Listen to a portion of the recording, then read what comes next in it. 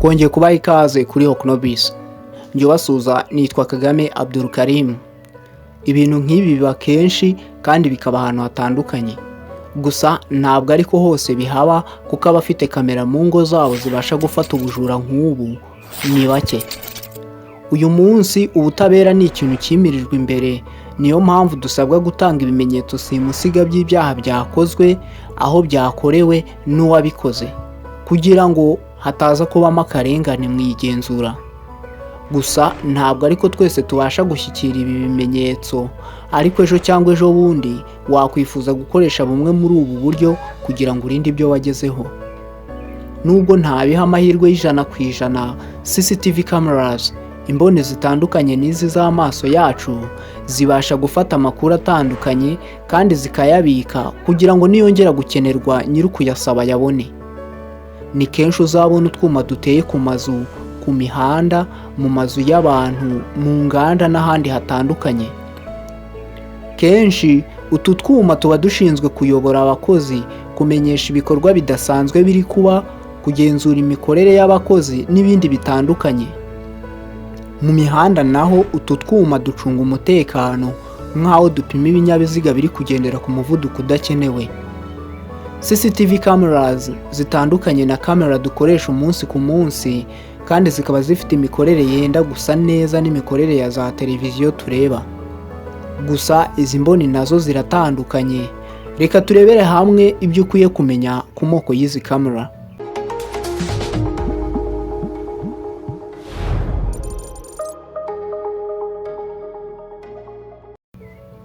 Uretse kuba zikora ahantu hatandukanye, ni ukuvuga hanze, mu nzu, ku mihanda, mu bibuga bigari, ziranatandukanye mu moko, mu biciro no mu mikorere yazo.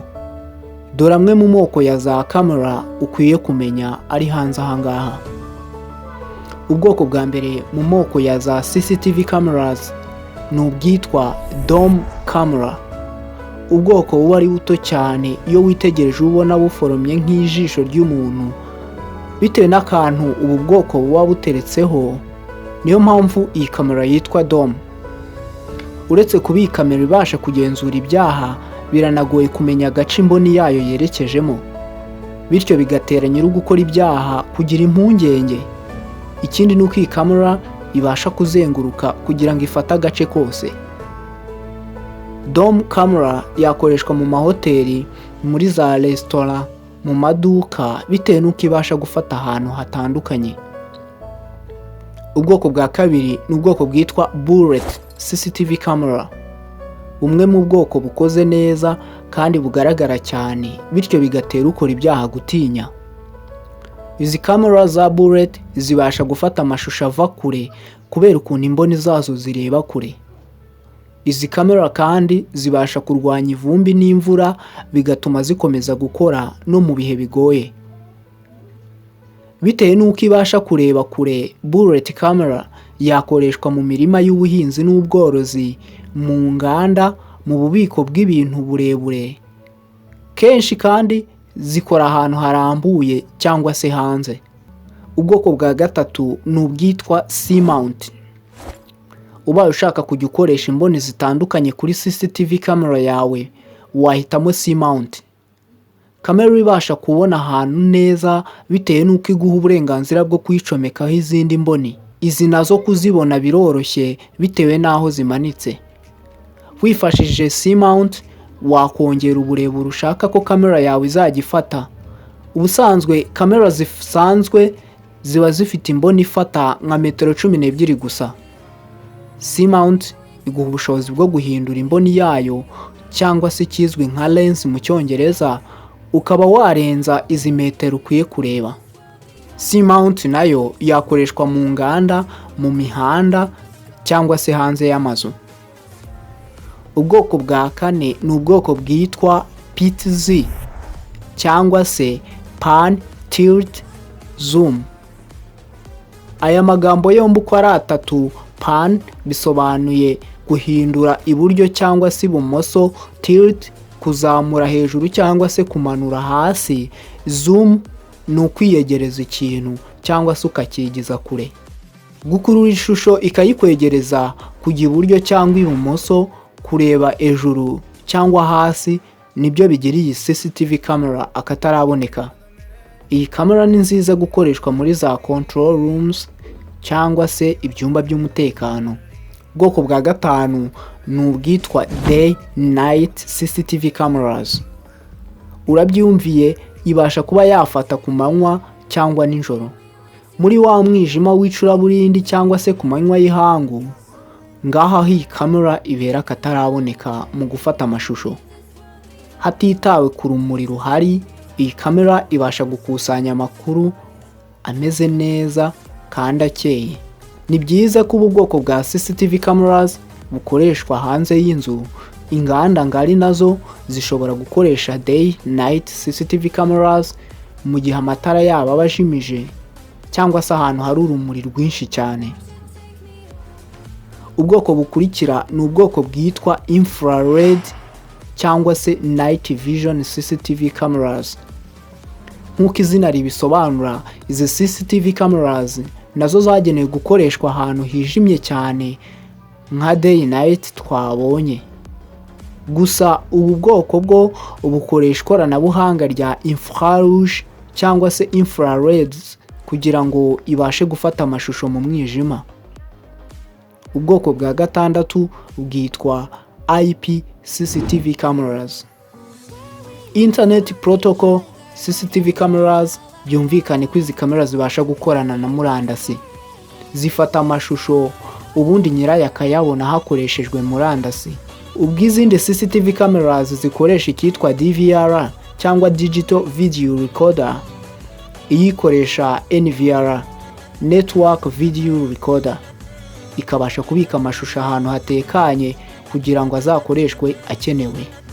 IP camera, niba uzi ko ukunda kuba uri kure ya business yawe cyangwa urugo rwawe, ngubu ubwoko bwa za camera wakoresha. Kubera yuko ituma ubasha kumenya uri kure cyane ukoresheje internet. Ubwoko bwa karindwi buzwi nka wireless CCTV cameras. Hafi y'ubwoko bwose bwa za CCTV cameras bukoresha imigozi kugira ngo bubashe gufata amashusho. Gusa kuri wireless nta migozi ikenewe kugira ngo amashusho afatwe. Kenshi izi camera zikunze kuba ari na IP kugira ngo zohereze kuri murandasi amashusho ziba zafashe. Ubwoko bwa munani ni ubwitwa HD CCTV cameras. Iri jambo ryonyine HD ubwaryo risobanuye high definition. Ibintu byumvikana neza ko amashusho afashwe na HD CCTV cameras adashidikanywaho ku mucyo no ku mirebere.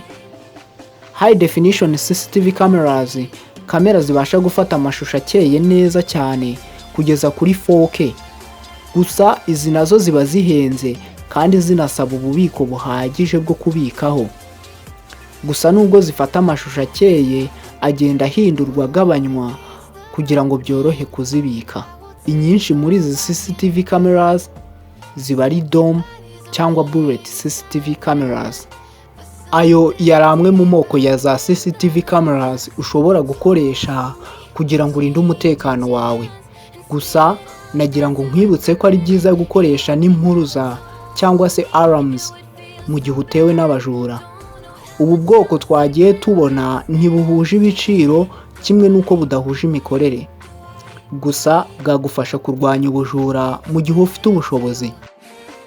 Uburyo CCTV camera ibasha kugaragara yaba ari dome, C-mount cyangwa se bullet, ntibikuraho ko iyo kamera ishobora gukoresha ikoranabuhanga ryose. Ni ukuvuga igafata amafoto akeye muri HD, igafata amafoto ikoresheje night vision, igafata amafoto cyangwa se amashusho ikoresheje icyitwa infrared. Byumvikana ko kamera imwe ishobora guhuza ikoranabuhanga ryose. Niyo mpamvu mu moko ya za kamera uzagenda ubona imwe ishobora kuba ari bullet ariko ikaba inajya kuri wireless, ikaba inafata amafoto ari hejuru ya HD, ari 4K cyangwa se 2K. Wumvise iyi video igufashije, wishidikanya gukanda subscribe, like cyangwa share. Ikoranabuhanga ryarushaho kudufasha mu gutera imbere gusa ibyo byaba ari uko tubikoresheje neza.